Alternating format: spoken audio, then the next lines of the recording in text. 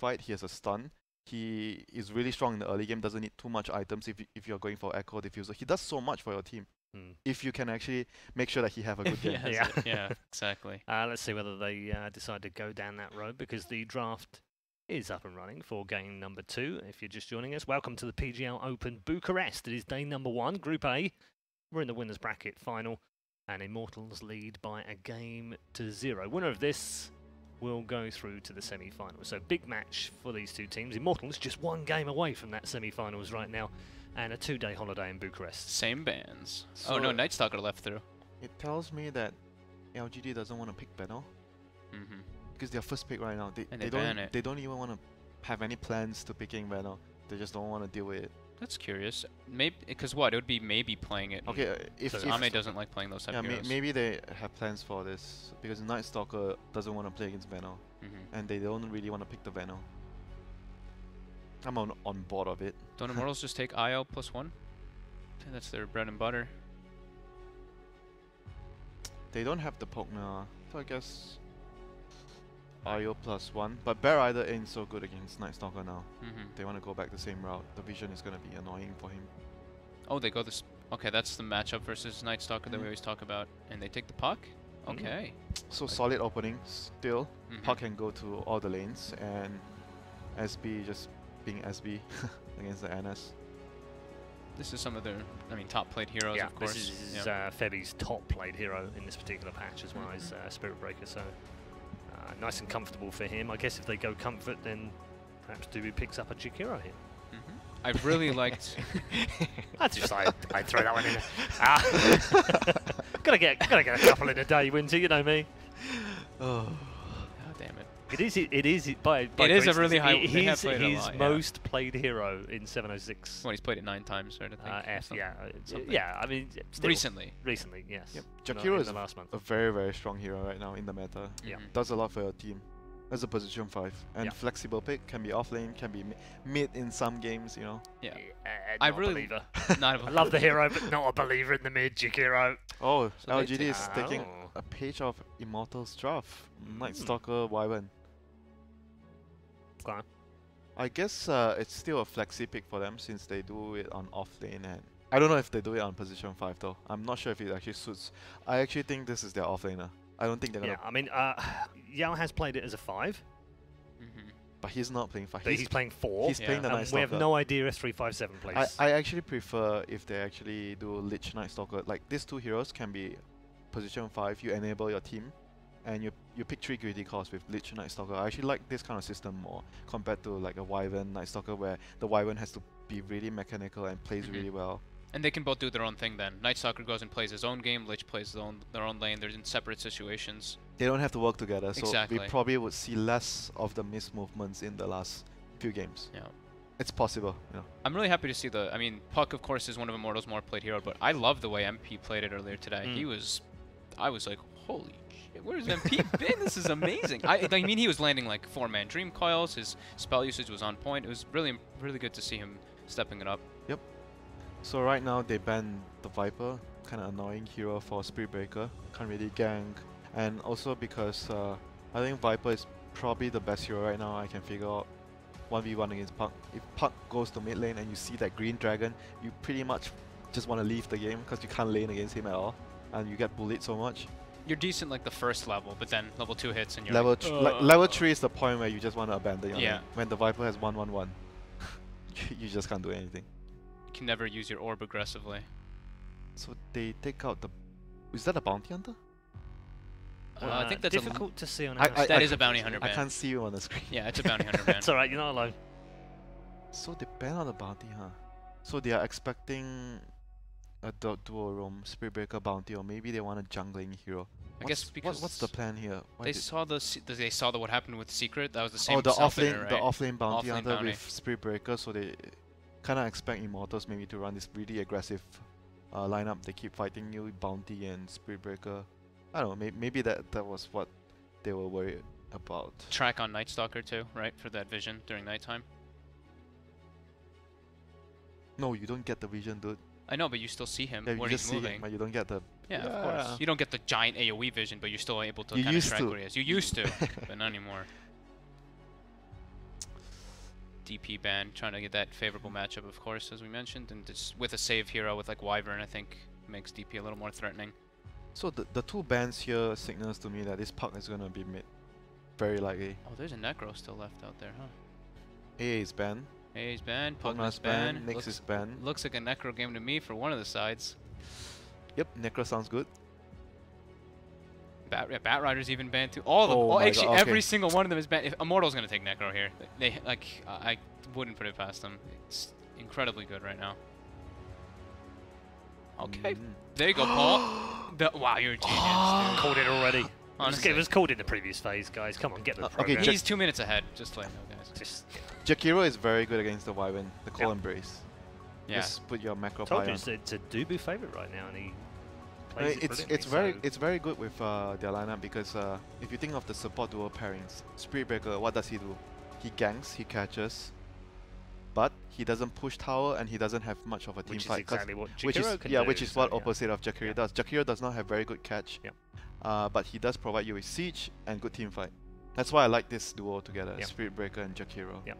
Two of the, I mean, it is the most popular played duo that this team have played over the last 4 weeks. So, in recent memory, they really enjoy playing it. Yep, and right now they have like a really strong team fight set up with the Puck. Spirit Breaker runs in, Puck jumps in halfway, calls with the Jakiro. They have a very solid opening here. I do have a concern with LGD's pick so far. It's mainly to do with the fact that if I were Night Stalker, I'd be so pissed off right now with that wing keep whacking me in the face. There's like 3 flying heroes right now. 4 flying heroes Yep. if you count Night Stalker. Don't even go down the no leg strats. It's done. Bruno did it years ago. It's over.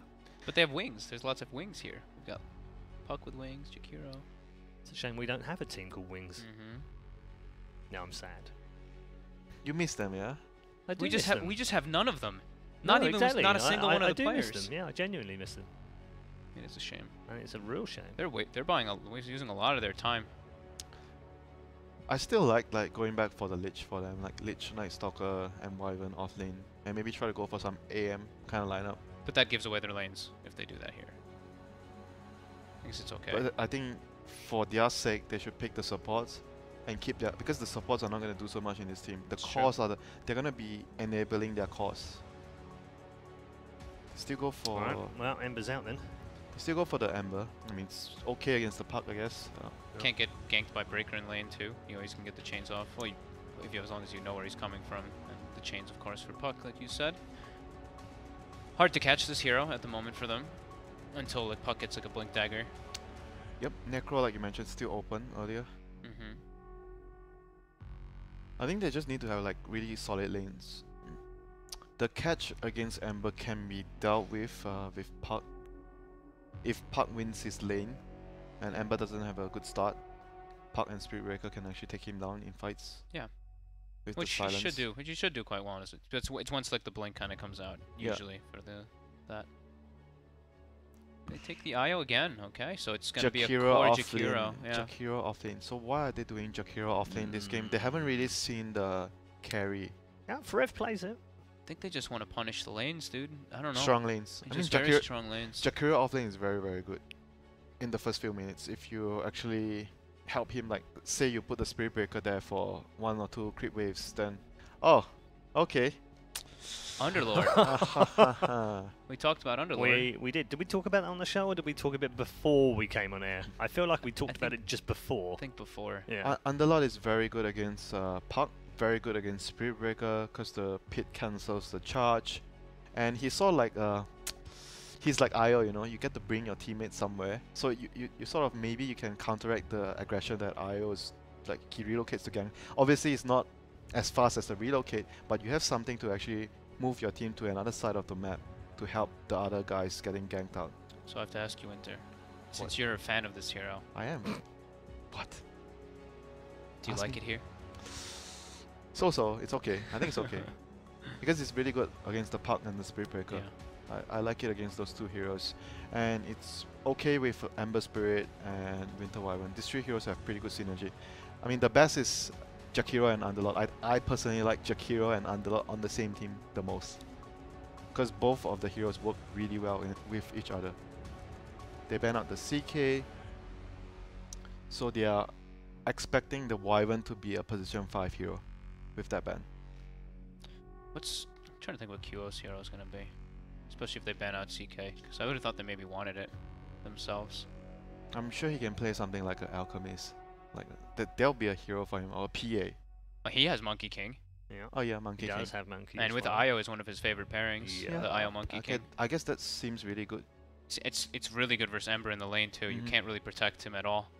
Yeah, I think that might actually be it for Immortals. But now for LGD, So with the Underlord, I guess the Wyvern's gonna be a support. yeah, they need an Ame hero still. Something like that. Something that hits buildings, because right now they still really lack tower Actually, push. like Weaver. Do you like Weaver? No. Oh, Mirana. Mirana. So this hero doesn't really need a lot of like babysitting, and he's quite good with the Underlord pit into the arrow. You have setup. Is that an MP Mirana though? It's LGD. LGD. Oh, sorry, Christ, yes. You need more caffeine, Paul. I do. Well, What I do wish you I could see- have caffeine. That would be great as well. So Necro or Monkey King? I don't think they'll Necro, but Monkey King looks very likely for I actually Immortals. like Monkey King more because too. of the lane. I think both can work. It's definitely possible for both to work, but I think Io Necro. is yeah, but I still think good. Kyo's personality and playstyle, Monkey King. Monkey fits Yeah. him more. I agree. It's his most played hero right now. Oh, Okay, they go Alright. for But this. instead, he's going to go for an OD, which is one of his top. very, 7. very hard matchup. It's for still Ember. good in the lane against the Ember. Oh, they're putting Mirana mid. They're switching it for LGD. And they're putting a safe lane Ember. To try to and it's a MP safe lane Jakiro and Forev on the puck as the Yeah. off lane. So we've got some mind games Dubu coming up. on the Spirit Breaker. I mean, Yeah, some mind games indeed. I still like Immortals, I think. You still like Immortals? Yeah. I mean, is that partly draft, partly they've played really well so far, and LGD haven't? I like Immortals just because of the way they played, but also I'm not really a big fan of the Underlord. I've seen this hero lose time and time again, especially when you don't have heroes that can abuse and take towers with it. Okay. So both on the Immortals train. Yep, still. Sorry. Why are you apologising? You're giving me a very stern look. It makes me feel pressured. If I'd known it was that easy, I'd have got you to buy lunch last night. Right then, let's head into game number 2. Can Immortals wrap things up and claim a place in the semi-finals on day number 1? Let's find out as we head back to our commentary team of Blitz and Capitalist. Going into game number 2 now of Immortals versus LGD. Immortals leading up 1-0, and they've thrown us a bit of a curveball in the draft, even so much so that we weren't quite sure about the lanes until they finally locked in who's playing what. A last pick OD. Blitz Dota, you're pretty excited about the turn of events in the draft. It wasn't what you suggested, nor the panel. You both agreed that Necrophos or Monkey King would have been the best safe lane hero for them. Instead, we're going to have a QOOD.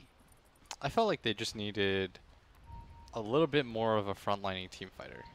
But, because who picks OD nowadays? Yeah. God, I predicted a lot of things today, but not this one. But not this one. The Bat Rider, remember that? Yep. But not I mean, this come one. on.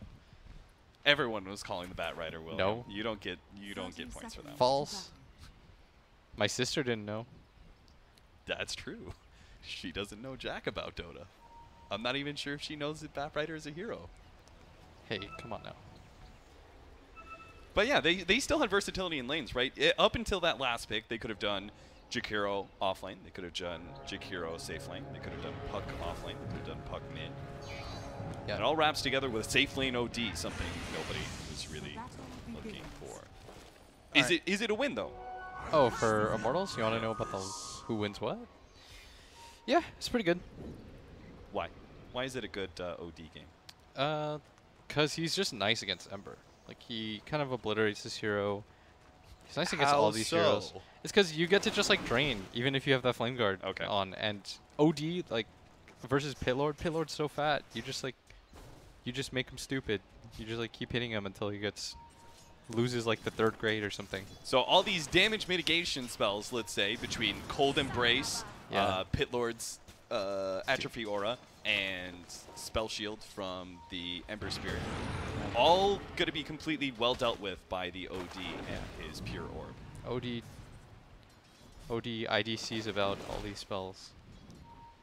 Plus, he has good frontliners. And the best part about this, like, the only reason it can work is because they have a Wisp. Dude, MP's getting kind of handled right now mid. His decision not to go for phase shift level 1 has really made him struggle. You usually go phase shift against Maranas. Well, the back and forth harassment war.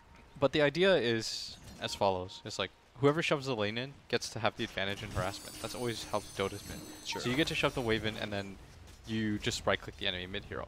But if you... Probably they didn't catch it, but the Mirana instantly enters the lane, shoots an arrow out. That was like a win-win arrow. Like, you love those as a Mirana. Either you catch the range creep and you push in the lane, or you hit the enemy hero and you get to harass a little bit more. And because he didn't get phase shift, he dodges it, but then he just got hit in the wave like 4 times in a row, and this happens. Yeah. So the idea of the orb pushing out the lane doesn't really work for him when Arrow just maybe it was just faster. Creep wave. Yeah, maybe it was just a lot faster about it. Yeah. Like I love mids and stuff like that. It's so cool. Bottom lane, it's not going to be real fun for FY, going up against an Outworld Devourer. Yeah, I wonder why they took the OD though. Kind of my. I mean, we talked about all those other things.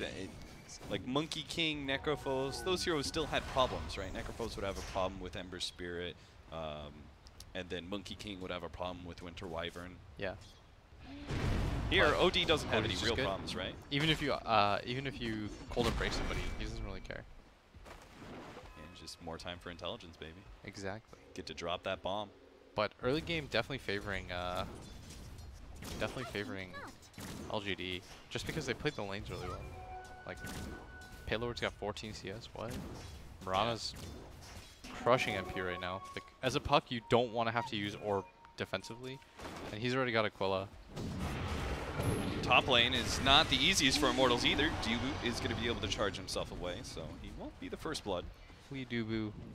And the lane is going to push into our Jakiro, but you can see the Underlord is doing a lot better against this OD. But it is the best time to do well against an OD, right? Those first couple of levels before he has the constant orb spam. Well, because level 1, your orb is pretty useless. Like, you kind of don't want to use it, in fact. Yeah. Like, in a lot of ways, it just is kind of mana efficient. Like, Kyo's spamming it right now, but the only reason he gets to spam it is because of Wisp, which is what enables this hero in the first place. Like, I don't know if OD has a place in the game right now, like, as he currently is, because he has, like, some high ground problems and stuff like that, but, like, with a Wisp on your team, like, Wisp enables a lot of different heroes and a lot of different lane setups. So is it just the survivability and attack speed, or is there anything else about the... I mean, that's OD, or that's Wisp in a nutshell, man. Oh, nice little double chain. That's a good setup. They're going to go for Forev here. Easy kill. Super dead. First blood goes to Q. Yeah. I really like this, by the way, from LGD. Like, overall what they're doing is cool. What, just the defensive tri lane that they're doing? Yeah, because I think China especially hates, like, having to, like, be forced into defensive tri lanes. They always... 2-1-2. If they can, 2-1-2. Yeah, and in a game like this, you can't really... The foot race is won by FY! A double damage. Febby, somebody give him the link. Alright, he's good. Okay, they're going to make this turnaround, but I don't think you want to do this either, Tubu. Don't do it, FY just wants to hit you, too. Like, get out of there, guys. Spank him, FY. He's faster than him, Everyone's come over. Oh, my God. He Everyone's come over. Oh, he's killed. He gets one. Can he get the other one? He drops the extra damage. He's got it. He's got it. He's got it. Oh, that was sick. Good work, FY. Double kill there, and gets a lot of damage on MP. He's gonna have to pop the healing salve. You can see maybe he's already making his way over. Guys, that was a DD Underlord, and he got a kill. So he just had like 10,000 damage. Yeah, they had like no magic damage. That was crazy. He's got level 2 atrophy aura now. Maybe in a slight bit of trouble. He still has the leap. No orb up for 4 seconds. Yeah, that was ill-advised to say the least. And yeah, we were talking about it. The decision to go for the safe lane, tri lane. It's because their other lanes are going so well. Like, if the other lanes aren't going so well, maybe Yao feels forced into going bottom lane a little bit earlier. But he's like, wow, we're doing really well at top anyways, and our other 2 lanes don't need help. So what would be the point in me going up there? Yeah. Seems like you're right. You're a genius, Yao. And now that our Underlord has gotten those kills, he's got a soul ring, so he doesn't really have to worry about any mana issues. Oh, Arrow MP? into a kill for dead. MP, yeah. Good setup there from LGD. Yao making his first nighttime rotation and does manage to get level 3. Still holding on to that level just in case he needs the silence. We're going to see the replay here again. Look at FY. Sees Febby. Wham. Gets the burn kill. I love the thought fact he that was he gonna kill MP. almost kills MP too. Yeah, it was really close. And up at top. Frev's dead. He's going to be dove behind the tier 1 tower. No one from Immortals can really rotate. Okay, go with the brace on Yao. It's going to slow things down a little bit. Down. Yeah, they're Forev going to have a really hard time killing Forev now. They're going to finally see him, but now Febi's here. Uh-oh, this is going to be a big turnaround, especially with the charge onto Yao. They're going to be able to slow him up even further. He's definitely dead. Connects. 2 to 4. Immortals finally gets something on the board when it comes to this laning phase because it has just been lose, lose, lose so far. In last game we had mentioned, by the way, Cap, that you can't reasonably expect to win all 3 lanes.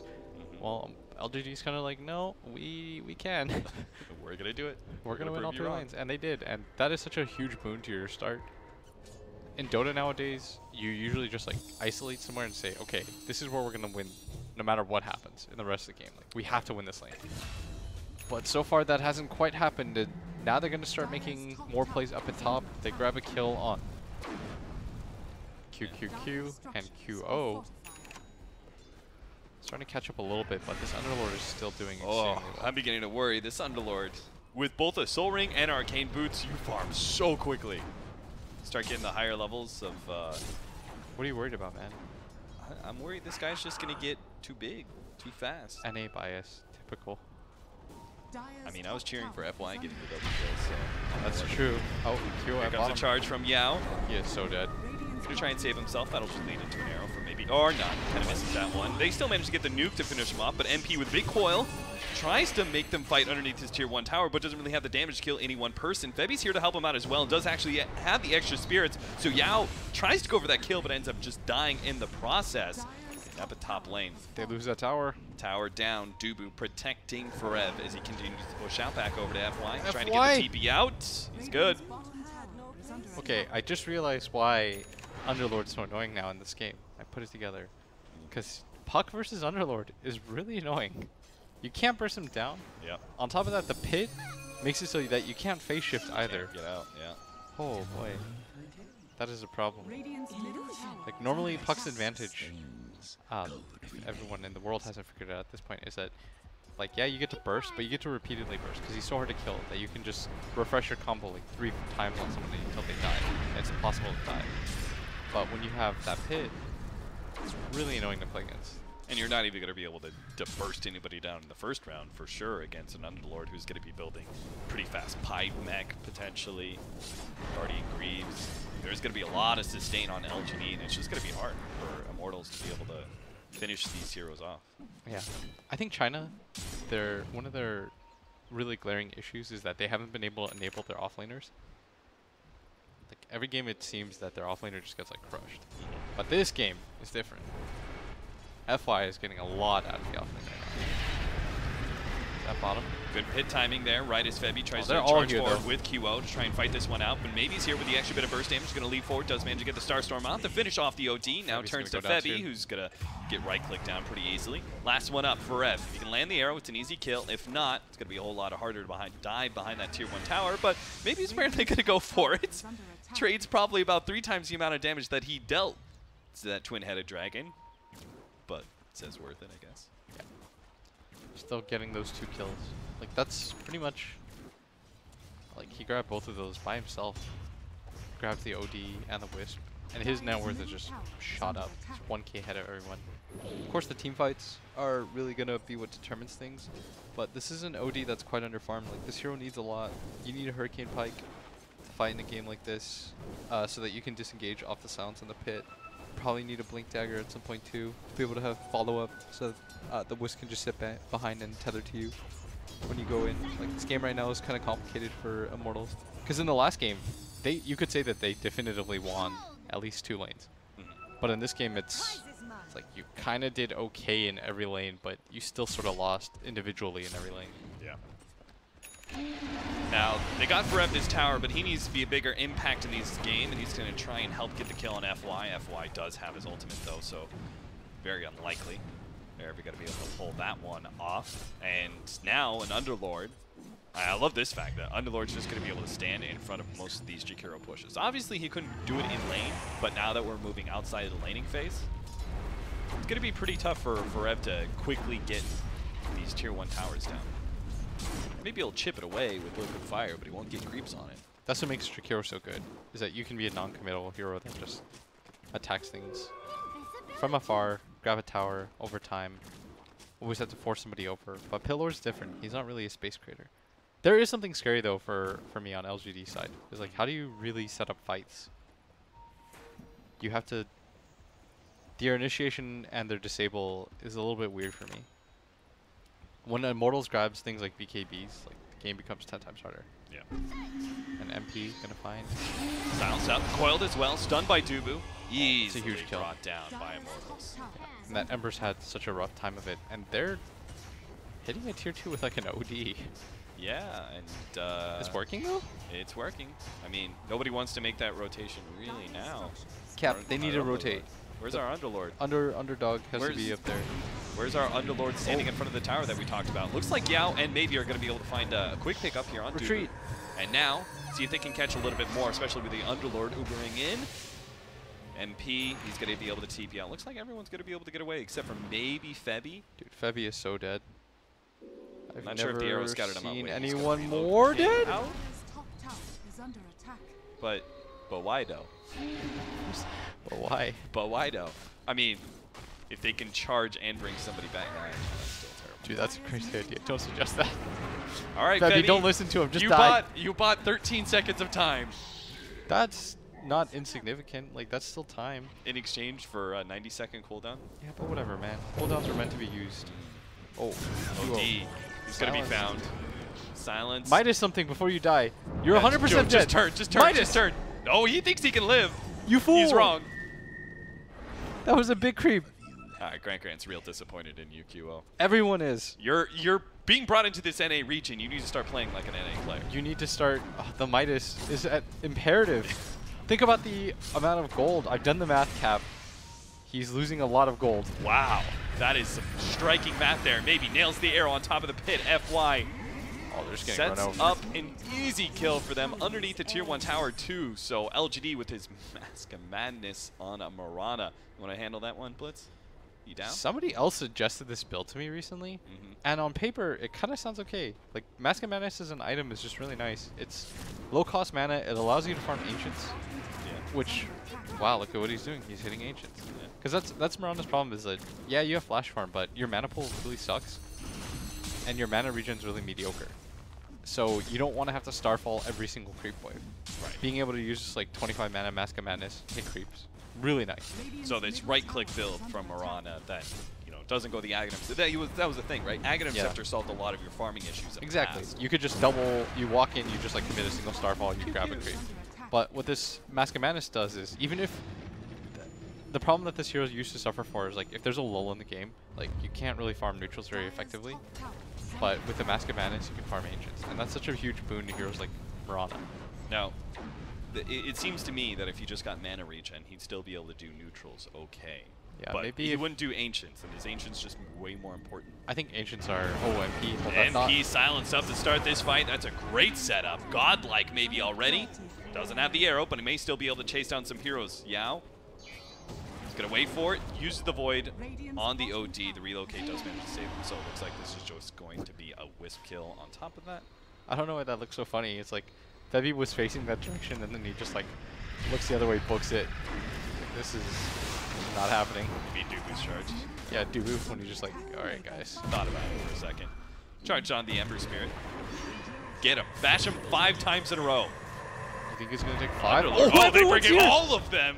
They are now 5-man bottom right next to a tier 2 tower with the kill on Dubu potentially. Yep, Ame is able to pick that one up before he gets to the shrine. So LGD going to transition this into a fast push. He's like, my squad rolls deep. Everyone comes for that one. Like, what the hell? That is like the most surprising death. Just 5-man. But they're going to grab a tier 2 for it, so well worth it. And this is the magic of the Underlord, right? Yeah, now for so this is what a game looks like when it's gone wrong, when you just have heroes that are trying to push out. Oh, that was a really nice TP. He's going to live for that with like 15 health. But what you have to do is you got to push in the lanes. They're forcing this fight as Immortals in this bottom lane because they saw 2 mid. Oh, but they almost lose this fight almost right away. The Winter's Curse goes out. Dubu charges through 3 of them, really disrupting things and not allowing them to be able to set up on MP as Winter's Curse ends. So now it's just an issue of escaping for Immortals. They're still not escaping though. Femi's going to die as the Night Stalker comes into things. Guys, it's nighttime. This guy moves fast. Dubu's going to charge through a bunch, and the QO is going to be able to find a kill, looks like, on the Winter Wyvern. Sets up for more. FY, its next target, and does not have an escape mechanism out of this one. Dubu's fighting out with maybe, but he is going to be able to go down. Yao, he's out of mana, not going to be able to fly things away. MP's able to catch him as well. Immortal to right to take this fight, it seems. FY trying to make a loop-de-loop, jump through the trees. Wait, what? Immortals? Immortals? What? Test? Okay, they just chilled there, I guess. There's no way he makes it out, though. Okay, here's the relocate. Right. But Ame's Ember's here. He can definitely fight this one, maybe. No, he probably this. doesn't have spirits. Good silence. He doesn't have a TP. Alright, he's ultra dead. Like, that was a really cute attempt. Yeah. But he's ultimately going to go down. Okay, that took a lot longer than expected. Oh, and yeah, spirits and everything. I was down for the Ember Spirits just to commit on the puck, or excuse me, the Don't listen to Austin. It's not a worthy trade. Ame's had a really rough game. Like, he is trying to recover right now. He can't afford any of these stats. Like, he's been forced into a position where he has to get a BKB. Like, you almost never want this hero to go first item BKB. And on top of that, you lost maybe. I don't know, dude. Immortals just like drags you into this like weird zone of Dota that you don't really want to go into. But I guess you kind of have to. Like, I thought for sure LGD was going to womp that fight. Yeah, with the way it started, they lost Jakiro mid, and so Immortals were like, all right, they're separated, 3 bottom, let's go on them. And then they almost immediately died on the 2 heroes that went in, the Puck and the Wisp. And then it all turned out okay. Jakiro didn't die, by the way. He had like 15 health, and he got out, and he healed, and then he immediately ran bottom. It was Febby that they lost. Yeah, notice, by the way, Mask of Madness hit the neutrals, or especially the Ancients. So are neutrals just that much more efficient than hitting regular creeps? No, not at all. But it's... So if you can in an ideal world, you can always just shove out the lane. But with Mirana, she's not like a Storm or an Ember Spirit where she gets to get in and out really easily. Like, you can chase after this hero quite decently. And so the ability to hit Ancients is a lot more safe on this hero. Like, you need to find this weird balance because shoving out lanes at some point against relocate plus charge is really hard without something like a Manta or Lincoln. Breb does have Dubu charging in, but unless they're going to relocate in, they are going to fight this one out. Ame is going to have to try and dodge a lot with the Sleight of Fist. Great Winter's Curse turnaround. He's going to allow Ame. No, MP's here to be able to stop that one. Doesn't get the coil onto Yao, so Yao might be able to escape until the Ice Pass hold them in place, and the Moonlight Shadow is wearing out. Immortals spreading themselves around, looking for it. TP away. MP going to get the burst damage real quickly. You see him, but he doesn't have the nose. Oh, he had the silence, and the orb was coming up. Doesn't get out, though. Yao was able to make his way away from that team fight. Another nasty one. Every single one of these relocate fights, man. Still not bad. They get they did get a kill onto the Ember Spirit in exchange for their 2 supports. Yeah. I'm not sure if you're too sad about that, because this Ember, he's committed to this build that doesn't allow him to flash farm. That doesn't give him really any damage. Like, at this point, you're all in relying on this Mirana. And we talked about it earlier, too. Like, even though LGD were winning at all times, their fight start, like, their initiation is a little bit odd. All right, this time there's no relocate, so this pickoff on Forev should be good. Right, we'll see. Okay, the silence, yeah, there's no tier 2 for anybody TP in, so. Look at the lines drawn, though. They're like, guys, just shove in the lanes. See who comes back. Push mid, push top. They're going to be fractured for sure. Oh, if they could grab maybe here, that would be a massive kill. But they don't have any vision from behind, so they don't know. And so they're a little bit more hesitant. And they're trying to set up wards first. Like, use the smoke for dual purpose. And Immortals know exactly what's going on. They're like, guys, they're in our jungle right now. Let's go ahead and invade. They're going to try and sandwich in real quickly. Yao managed to find the backline hero in the Wisp. Now, Dubu is going to be offered a charge opportunity for that one. OD immediately blows up. Managed to get the Night Stalker, looking for more here. Zame's completely out of mana, going to be stuck up by Dubu's ultimate as well. QO turns, fighting up with FY, not going to be able to make it out of here alive though. Dubu has a charge out, needs to find a charge opportunity, not going to be able to make it on time though. Winter Wyvern, the Splinter Blast managed to bring him down. Great fight for LGD, amazing read by them. Taking that fight against Immortals straight into the heart of that jungle. Yeah, that was such a smart read. They're like, okay guys, they're not in their own jungle anymore. They're not shoving out lanes. They can only be in 2 spots, and large part of that is that Yao finds Febby immediately. And if he doesn't do that, then Febby can just keep this OD alive indefinitely. But by being able to kill him off the top, this OD doesn't live very long. You saw the Mirana in the backline. She was able to hold behind her pit lord, spamming things out. That's up the top, Febby. Charge a little bit maybe. low. He's already Here's thrown the his arrow. lead, so they think they can burst him down. But Winter's Curse is there. Oh no, it's laid right onto the MP. He's going to take a good amount of damage. But less than I expected. FY turns and fights. He's the big tanky guy. He doesn't give a damn They about really Dubu. need He's to just kill gonna Maybe. right-click him down. They're still trying to kill Maybe, but they just can't do it. Missing the ice path onto him. Throws the macro pyre. That misses too. Maybe's in it now. He sees the opportunity to get some kills, but Maybe just rip in rebuffed. Now the OD is here, but he's silenced up. He can't get the damage on it, Maybe. He's not going to be able to get that kill. He taunts them into fighting. Immortals always going to fight if they see the opportunity to do so, and this time it bites them right in the ass, losing all 5 heroes for nothing. Wow. Maybe played that fight so well. LGD, they understand the meta now against Immortals. They're like, guys, Immortals is always 5 together. We have to do the same if we're going to stand any chance of beating them. They're well prepared for that one. 7k gold lead now. 11 to 28. They're getting more than a kill a minute right now on LGD. As we saw how the fight starts. The arrow connects onto Febby, and it's only 2 supports hitting him and a Wisp. It does no damage whatsoever. Yes, but it was able to set up the fight. They were all very clumped together. Their Wisp not in an ideal position. LGD grabbing another kill as we saw when we swap back into the game. They're going to go high ground for this. Leap attack speed popped. Plus Mask of Madness, they do a lot of damage very quickly. Glyph is going to be able to buy them sometime. Are they going to commit for this tier 3? Because Immortals are definitely going to be fighting this one. That's why they're going to throw the Underlord Ultimate, see if they can escape after the tier 3 and bring everybody around the Winter's Curse. Oh, the 4-staff attempt. Trying to bring them out of that one. Great Winter's Curse setup, though. Onto the puck, actually managed to get him killed. Now, obviously, he has nowhere to run to, so he's dead, but a great trade for LGD. They almost brought down the tier 3. Unfortunately, not able to do quite enough, but so close to doing it, and they traded the Winter Wyvern for a puck. Yeah, and in last game we mentioned how if you try to go for those high ground pushes, oftentimes you're going to lose heroes on the back of that. But because of this payload, you don't really sacrifice anything. You're just essentially trading like your cooldown so that everyone can get out. And Forev going to get sandwiched up here. They keep on finding Forev. Atos. Combination of aggressive vision and Atos Underlord. I love this build. Yeah, and you notice that maybe has continued to just scale into this game. Yeah. That Mask of Madness, whenever there's a lull in action and he couldn't fight, just farmed up Ancients. We're seeing that payoff here as Ame doesn't really need to do anything here. As the Mirana doing a lot of heavy lifting right now, as is Yao. Like the entire LGD squad playing very well right now. Gonna bring down a Roshan. So 12 to 31, LGD up by almost 8,000 gold with Roshan go up to around almost 10k. Items galore flowing in, and Immortals just seem to, they can't stop the bleeding. Dubu's going to be slowed down here by Yao, trying to set up Mornish to get the charge away to the bottom lane, but LGD are just going to keep on running forward, seeing if they can catch anybody. QO is able to get away with the 4-staff, though, and the heroes at bottom quickly running to the right-hand side of the map into the trees.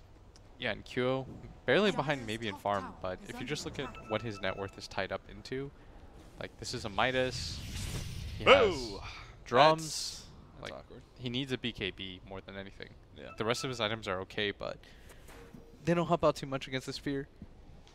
And this is probably a dead OD. 100% right. They have double 4-staff. They could save him. Okay. They really want a hard commit for this. We'll see if they can get him out of here. So LGD had that nice little Moonlight Shadow wraparound. What's different between LGD and Game 1 and Game 2? You said, okay, they understand the meta now against Immortals specifically. They're always 5-manning. What are they doing to take advantage of the fact that they're 5-manning? Like, for example, how do they keep finding this pick-off on Forev that turns into a 4 versus 5? Well, the important thing was at the start their laning phase went so well, and this time they gave their supports more of a purpose. Like in last game, it felt like Yao and QQQ couldn't do anything. Like they were running around, they were getting initiated on every time.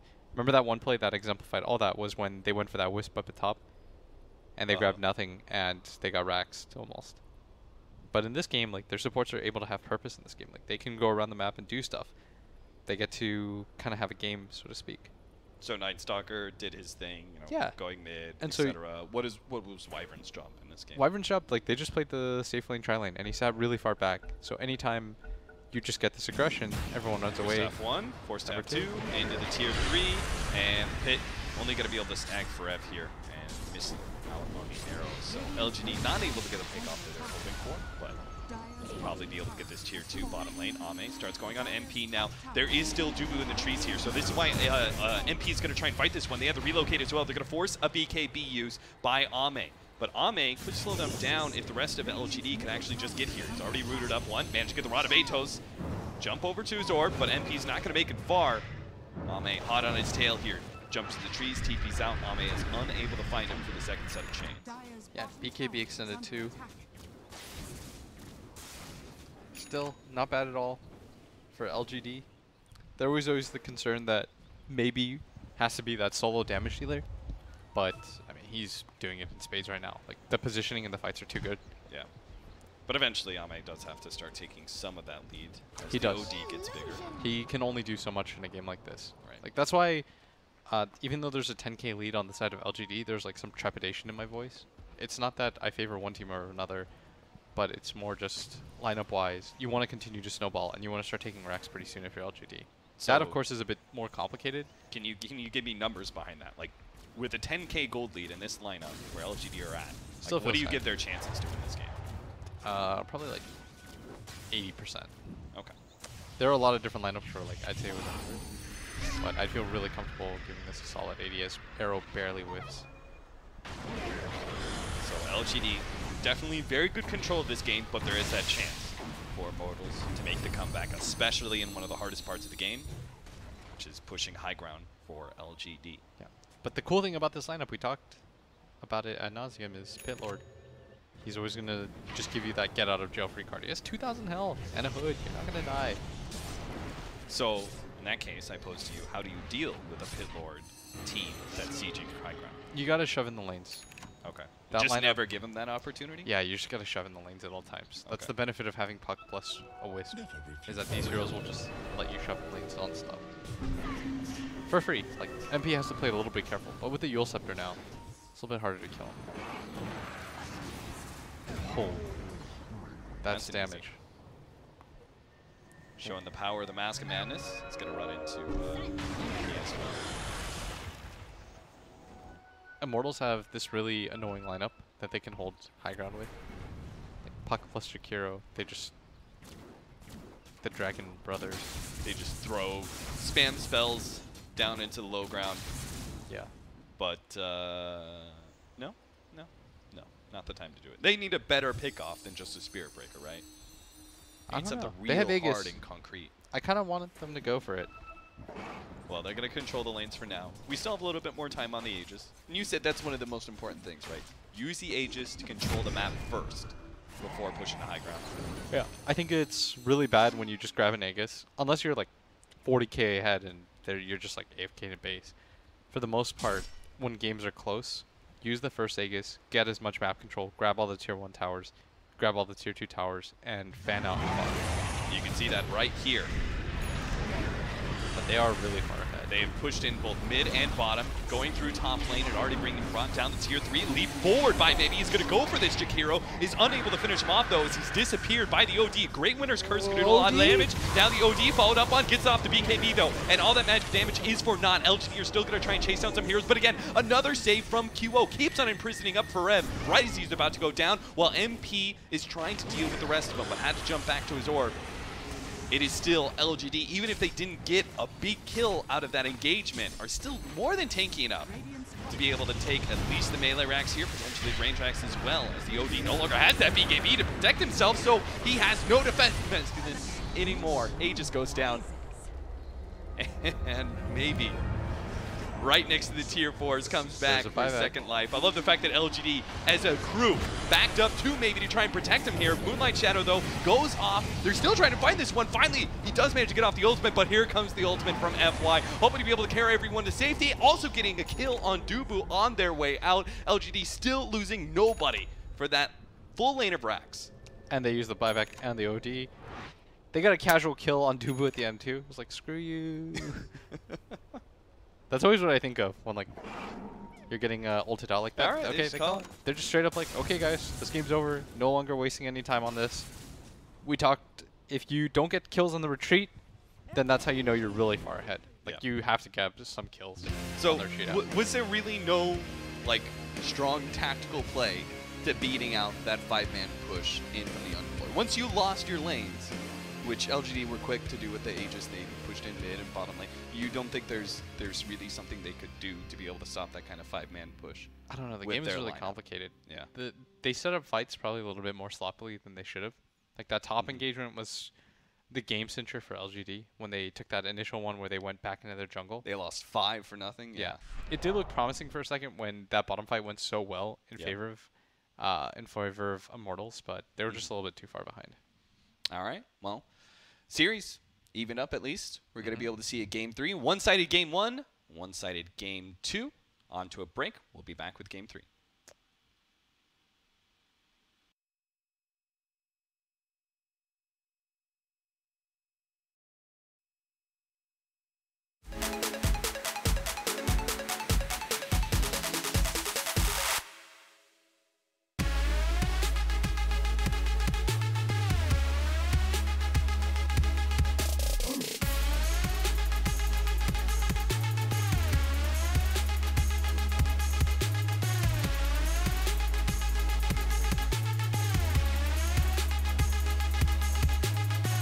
Get the alpha, be the alpha. So we're tied up at 1-1. Who would have thought that after game 2? But LGD comes storming back into it. Let's find out what our panel members made of that. Winter. The Uber got too fat. Right. And their position 5 Winter Wyvern played well. Yep. They won 2 out of the 3 lanes. Yeah, heavily won 2 out of 3 lanes. Did all the things we said they had to do in order to win this game, but with the craziest draft, really. I mean, it wasn't terrible, but it didn't convince either of you before we started this game. You were both very much on the Immortals, looked very good from the 3 games we've seen them today. That was a different team playing that game 4, wasn't it? The lanes were a bit not what we expected. I think both of us were expecting the safe lane Jakiro. Yep. And then running the OD in the mid, and then the puck in the off lane. So it was a little bit different, and the Underlord got so much in that off lane. He did when he pulled the creep wave initially, and he was like top net worth pretty much across the entire game. You feel like they experimented a bit here? Immortals? Not really, though. I think they felt like that laning setup is good because some players like the OD against the Underlord matchup. I think if Underlord did not get the initial pull at level 1, and this DD rune helped a little bit, of course. But already, even without the kills, like you see look at the creep score. He's 20-5 in comparison to the 20-5 OD. So, I mean, as far as I look at it, Immortals, I think they're really prioritizing trying to get QO the best lane possible. But it turned out not really to be that way because of how big FY got on this Underlord. And I mean, not only just him, Yao played really well on the Night Stalker. That was the other impressive thing to me, and I think that was a big key to their success. He was a lot of the driving force and just letting them find the play, pick us every time. I think all the clips you see, it's literally him leading the charge, getting them to start the fights. Which is what he needed to do in the previous 3 games that we've seen him in, which he hadn't done even when they won the 2 opening games in the group. He wasn't the 4 that they wanted or needed, was he? He was playing more like an old 5, so this was much better, wasn't it? Yep, definitely better. It was similar to his Nyx play. It was a little bit quiet in the first like 2 minutes or so, and then he just started ramping up really hardcore once he got some levels. Yeah, but this is Night Stalker though. It's easy to do this with Night Stalker. But if you don't get the hero, and they have to give him something else like a Sun King, Nyx, he has to, play much better than the first series. I think Night Stalker is much easier for him to move that way because you're stronger in the early game. So I'm still not 100% convinced. They did play well enough to win this game. But this was a much better performance though, wasn't it? Definitely much better. As a team, and this is the kind of support duo I think they want to have. I like them having I really like them the way they played around the Wyvern. Yeah, they looked so much more in unison this game. It was not really many people getting picked off, split up. They learned from their mistake in the previous game. They're like, okay, we're playing versus an IO lineup. We want to have this like 5-man kind of lineup that can really just run at Immortals in comparison. Don't want to play so passive this time around. And it worked out great. I mean, their item decisions were really interesting. You see phase drum on several other heroes. Night Stalker had phase drum. Ember had phase drum. I haven't seen an Ember phase drum in a very, very long time. I haven't really seen that too many Ember safe lanes either, but you could tell what their idea was in this game is don't give them any downtime, stick together, and just stay as a unit so that we don't get picked up from the IO and don't let them catch up. because they won, like Winter said, 2 out of 3 of the lanes. What did you make of maybe his performance on Mirana? I mean, he played incredibly well. Yeah, his beast, laning phase, he had one godlike streak, right? His item build, you like it? I don't know. That's the one thing I was curious about. The Mask of Madness seemed pretty okay. There wasn't really physical damage on the side of. He was jungling a lot with it. The Yeah. Ancients, he was farming Ancients. Like normal builds, you don't really farm the Ancients well. I think in this game it worked out really well because there's very minimal physical damage on the side of Immortals, and like you said, he had downtime to be able to farm and farm those Ancients, and Ancients still do give very high bounty in comparison to neutral creeps. Likewise, on the other side of things, as we'll take a look at the scoreboard right now, it'll show that QO was 464 on the OD. How many does the Dubu have on the Spirit Breaker? Dubu had 11. Yeah, that was one thing I was seeing. He was having a really hard time on the Spirit Breaker. I think he was level 5 at the 14-minute mark or so. Yeah, he's only at level 9 at the end of the game. I mean, you kind of expect it because he's up against Spirit Breaker and Pitlot. I mentioned during the draft, like these two heroes are you can't charge against them because they have really good spells to stop the charge. Wait, what? You mean Ember and Pitlord? Yeah, Ember. Oh yeah, sorry. Yeah.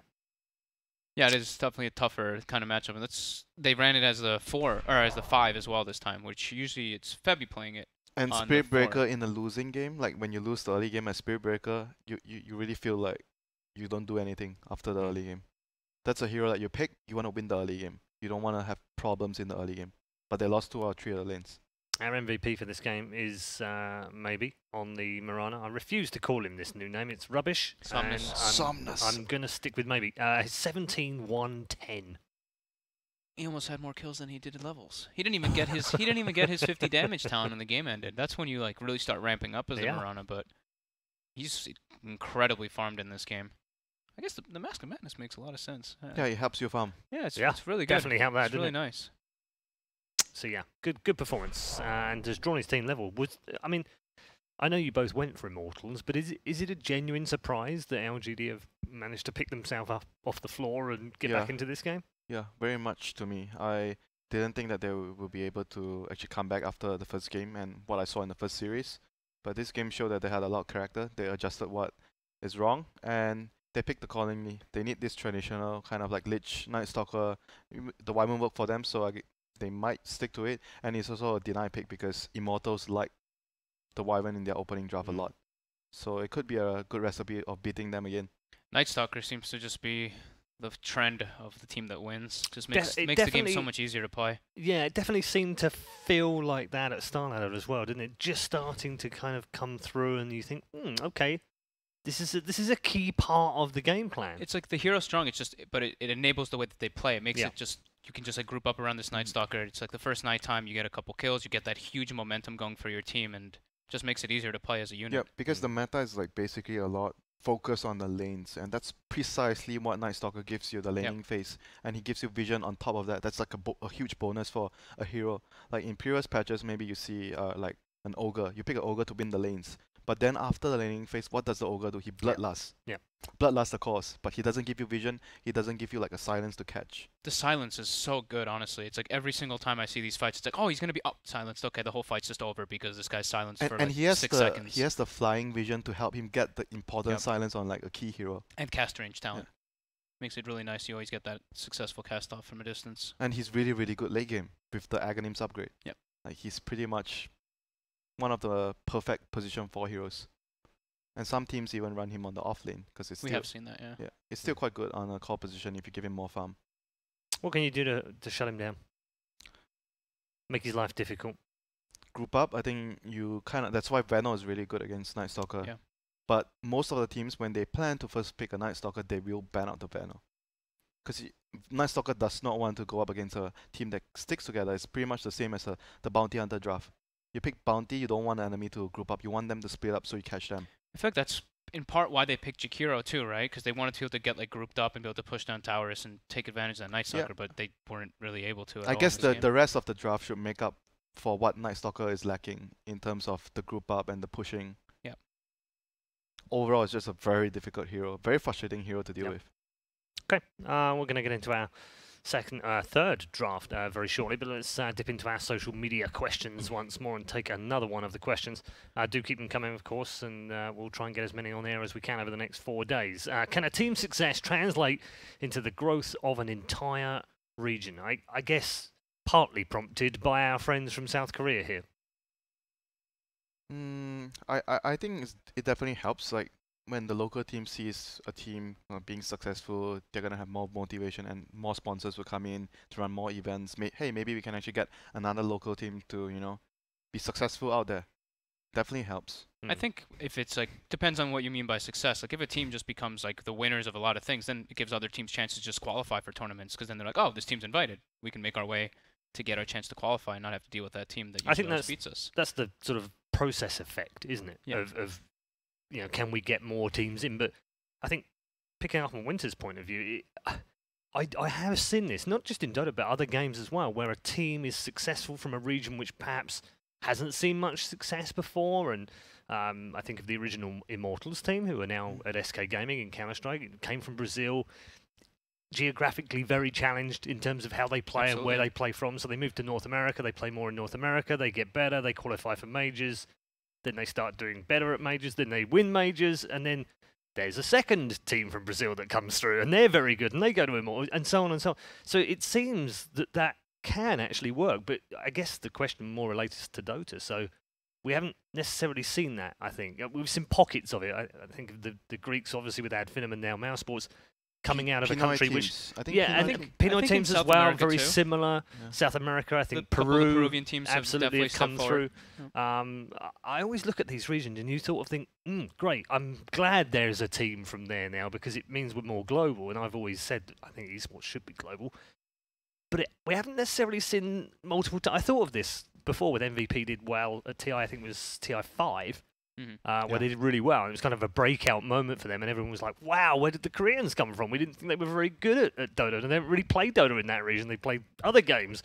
And we thought, maybe this is the start. Maybe this is the breakthrough. We haven't really seen, to be fair, a few players here and there have gone on and done some really good things, but we haven't seen the breakout, like another team come through to challenge them, or a few teams behind them to come through. That's why we wait till February, when March is finished out with service and March returns to the Dota scene. I think everybody's kind of looking forward to that one. I think it's in February, right, that he's done? I don't know, but I've seen him playing pubs recently. I have it on my Steam, and recently I started to see him being online more, playing some pubs here and there. So he always tries to play whenever he has time off. Still chat with him a good amount. Good guy. He's great. One of the key reasons, I think, for that region to have any representation right now as well. Maybe he forms a secondary team. Who knows? I mean, that's kind of what it needs, doesn't it? But also, it needs better depth, doesn't it? Yeah. You need more players from that region to be playing the game and enjoying it. And I think there is an element of, well, look, these Peruvian stars suddenly are going to these minors and these majors and big tournaments. Maybe we can do that. And playing for different teams. We see Tomato like... Absolutely. It starts to make people think, hey, we can do this. We are good enough. Anyway, we are into the draft. Good